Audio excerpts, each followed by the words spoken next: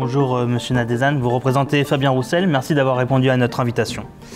La problématique d'égalité d'accès aux soins est un sujet majeur qui préoccupe les Français dans le cadre de cette élection présidentielle. L'inégalité d'accès aux soins est une réalité et elle provoque une diminution de l'espérance de vie de 2 ans en moyenne en zone sous-dotée, selon l'étude d'Emmanuel Vigneron, géographe. Les chiffres de la densité de médecins généralistes pour 10 000 habitants parlent d'eux-mêmes. En Mayenne, on est à 6,32 médecins généralistes pour 10 000 habitants, 6,49 dans l'Orne, 8,72 dans le Tarn ou 7,18 dans les Charentes, où est-ce que nous avons des antennes. La moyenne nationale est de 8,44 pour 10 000 habitants.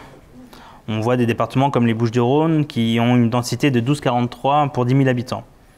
Depuis peu, un problème supplémentaire vient se greffer au manque de médecins en ville, à savoir les fermetures des différents services d'urgence dans différentes villes, comme ici à Laval encore cette nuit, de 18h30 à 8h30.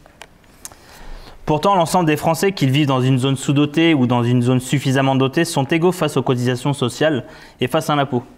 Chaque Français est protégé par la Constitution qui garantit l'accès à la santé pour tous.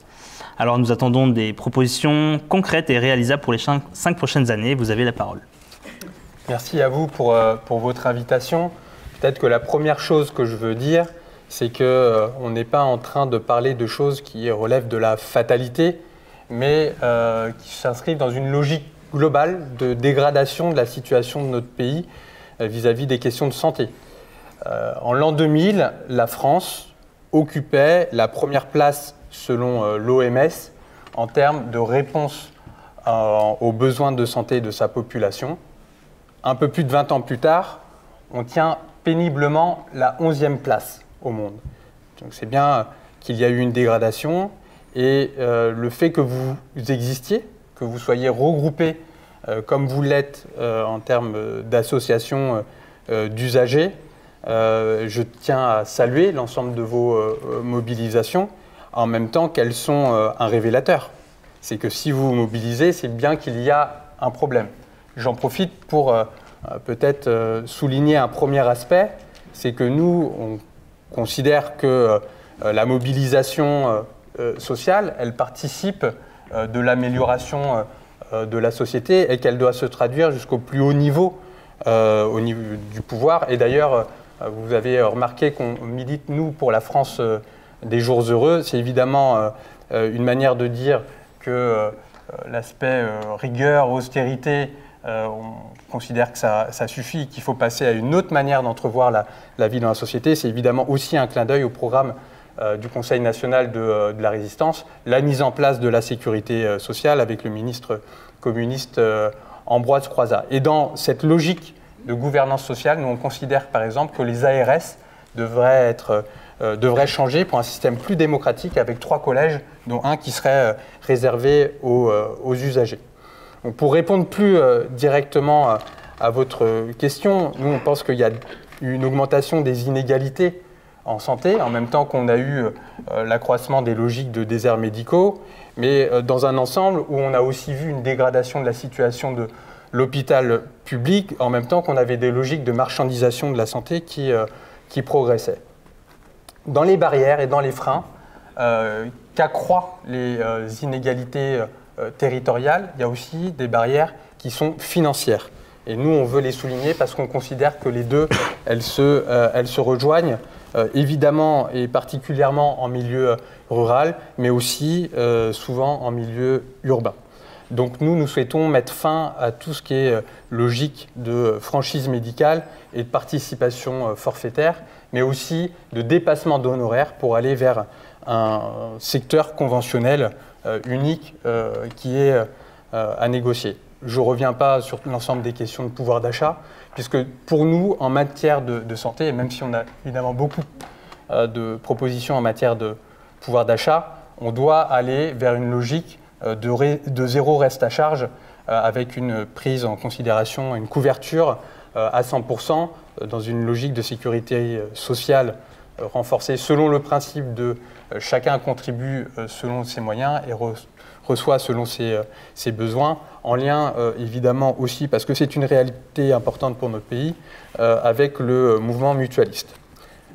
Évidemment, on a une question de quantité de personnes dans les métiers, de professionnels, et une question de répartition. Sur la question de la répartition, nous faisons une proposition qui est claire et nette et qui a l'avantage d'être simple, c'est d'aller vers un conventionnement sélectif à l'installation pour faire en sorte qu'aucun professionnel ne puisse arriver dans une zone qui est déjà avec une densité de professionnels en présence, et donc pour inciter à aller vers les zones où on a une densité qui est plus faible et une possibilité d'installation qui ne se fasse que si on a un départ en retraite. Évidemment, il faut jouer aussi sur les questions de formation et avoir le plus rapidement possible la présence de professionnels.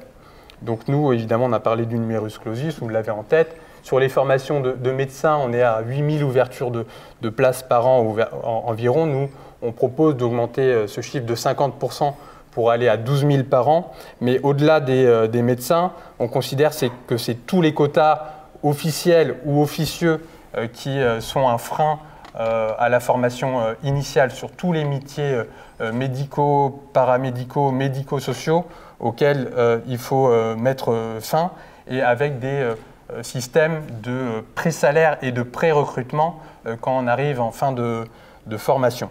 Et évidemment que ces logiques-là, à l'appui d'une couverture par les hôpitaux, établissements de santé qui est repensée, notamment à 30 minutes maximum pour chaque population, en mettant fin aux suppressions d'hôpitaux comme le mouvement qu'on connaît depuis plusieurs années, on puisse avoir un lien avec le développement des centres de santé pour qu'à l'issue des formations, on puisse avoir une répartition, en plus du système de conventionnement sélectif à l'installation que j'indiquais, avec lieu de formation, hôpital public, établissement de santé et centres de santé qui peuvent être publics, mais qui peuvent être aussi privés à but non lucratif.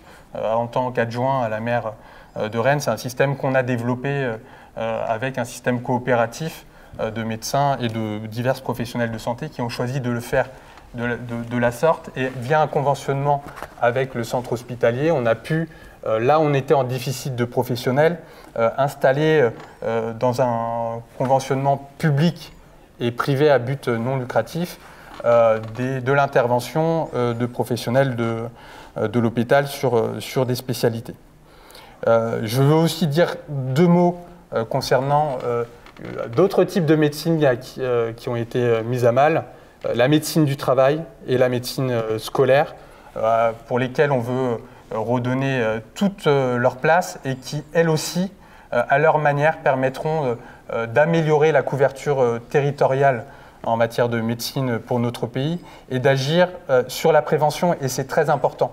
Parce que la prévention, c'est important pour la prévention en soi, et ça évite d'avoir des dégradations en santé qui occupent encore plus les médecins et aggravent les questions de déficit de l'offre au regard des besoins, et puis surtout, au bout du compte, le bien-être et la bonne santé de notre population. Et puis peut-être un dernier mot, parce que je pense que j'arrive au bout des 5 minutes, il y a aussi une question d'aménagement du territoire qui est problématique dans notre pays.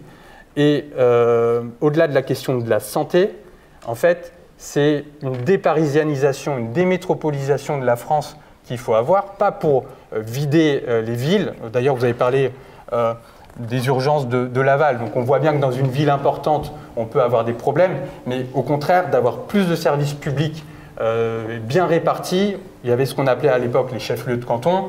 Alors, en tout cas, les petites et les moyennes villes de France, elles méritent d'être réarmées en matière de services et d'avoir une école avec tous les services jeunesse, enfance autour, la culture, les loisirs. C'est ça aussi qui incitera les professions médicales à aller s'installer dans des zones qui sont trop dépourvues aujourd'hui. Et j'aurais bien dit deux mots de l'attractivité des métiers, mais j'espère qu'on pourra le voir au cours des questions, sauf si vous me laissez 30 secondes. Peut-être que je choisirai la question sur l'attractivité des professions médicales. Le hasard fera peut-être les choses. Okay, je vous laisse m'accompagner.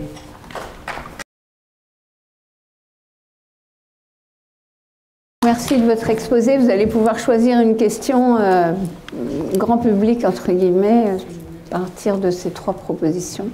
Je vais prendre la numéro 5, c'est le numéro que j'ai quand je suis sur un terrain de football. Frédéric, 41 ans. Comment comptez-vous recruter des médecins et des soignants alors que le métier n'attire plus? Fallait le faire. Alors, c'est pas un numéro qu'on avait préparé à l'avance. Non, c'est sûr. Il se trouve que on s'est dit ce qu'on s'est dit sur la question, je dirais, médicale. Mais elle se double d'un autre paramètre que vous avez tous en tête, qui est le vieillissement de la population. Et il y a des besoins qui sont spécifiques au vieillissement et qui ne sont pas forcément liés aux questions de santé, mais on sait aussi qu'il y a beaucoup de sujets liés au vieillissement qui recoupent des sujets de santé. Et donc cette question, elle est d'autant plus importante que si on a un déficit dans les réponses aux besoins aujourd'hui, ça sera évidemment encore plus vrai et de plus en plus vrai demain et après-demain. Sur les métiers eux-mêmes, il se trouve que j'ai rencontré des responsables d'une organisation syndicale du centre hospitalier de Rennes lundi matin et qui faisait part, alors on a parlé de la formation, du recrutement, etc., mais il faisait part aussi des départs qui sont en cours, qui sont existants, les métiers. Et évidemment, vous pouvez vous battre pour essayer d'amener des gens. Si dans le même temps, vous en avez qui partent, et on peut les comprendre vu leurs conditions de travail et ce qu'ils ont subi toutes ces dernières années. Et parenthèse, je suis fils d'hospitalière. C'était déjà difficile il y a quelques dizaines d'années et ça s'est pas arrangé. Évidemment, ça va être difficile de répondre aux enjeux. Moi, je crois qu'il y a plusieurs tableaux sur lesquels on peut jouer. Il y a eu le Ségur de la santé, on voit que ça ne suffit pas. Nous, on est pour la mise en place d'un service public du lien qui recouvre l'ensemble des métiers. Pour les fonctionnaires qui ont connu le gel du point d'indice, et on considère que le Ségur n'est qu'une petite opération de rattrapage, on est pour une augmentation de 30% des revenus pour rattraper le déficit. Il se trouve qu'on est le 8 mars. Moi, je dois constater qu'il s'agit très majoritairement de métiers masculins et que, évidemment, il y a un lien dans la manière dont on ne voit des métiers, très majoritairement des métiers féminins, et évidemment qu'il y a un lien dans entre le fait qu'on ait des rémunérations insuffisantes et les inégalités qu'on a entre les femmes et les hommes de manière générale. Donc il y a une grande opération rattrapage à faire, et donc on est pour une augmentation de 30% de ces rémunérations-là, et que l'État montre l'exemple de manière très immédiate, et dont dans la fonction publique hospitalière. Et on est pour la mise en place des 32 heures, la reconnaissance évidemment, et c'est un sujet important, en particulier dans l'hôpital, des heures supplémentaires travaillées et qu'elles soient rémunérées à la hauteur à laquelle elles doivent être rémunérées, et que par le fait d'avoir des augmentations et des professionnels en place et des recrutements qui sont importants, donc 100 000 pour l'hôpital lui-même, 300 000 pour les EHPAD, 100 000 pour les aides à domicile. On est aussi dans une autre conception des métiers, qui fait que dans le lien aux personnes, on remet les choses dans l'ordre, on n'est pas dans cette course effrénée dans la journée et dans les journées qui s'enchaînent à devoir passer auprès des gens dans une conception du lien à l'humain qui est très dégradée, mais on remet l'humain au centre, et c'est aussi comme ça qu'on pense pouvoir retrouver de l'attractivité dans les métiers. Donc, des heures qui sont moindres, une meilleure rémunération et une conception du métier par le fait qu'il y a beaucoup plus de professionnels en place qui soient complètement changés et réhumanisés. Merci. Monique. Dernière question. Donc, le lendemain de l'élection présidentielle, quelle sera la première mesure que vous allez prendre afin de répondre à l'urgence des déserts médicaux, car on ne peut pas attendre 10 ans? Effectivement, on sait très bien que quand on parle de formation, et en particulier pour les médecins et pour les spécialités, on va arriver sur un nombre d'années pour avoir une réponse qui ne répond pas à l'immédiateté. Et dans l'immédiat, ce qu'on peut faire, c'est notamment jouer sur la répartition pour les territoires qui sont les plus en déficit. Et donc la proposition que l'on fait, c'est que les professionnels, et en particulier les médecins, ne puissent pas s'installer dans les zones qui sont d'ores et déjà Surdoté. Surdoté ou en tout cas avec une bonne dotation, et d'avoir une incitation qui est mécanique au fait d'aller sur les zones qui ne le sont pas. Merci. Merci encore d'avoir répondu à notre invitation. On attend, comme plusieurs autres candidats, la réponse à la lettre ouverte qu'on a pu publier. Et une fois qu'on aura la réponse, ça sera publié sur notre site internet par toute transparence. Merci. Très bien, merci à vous. Merci.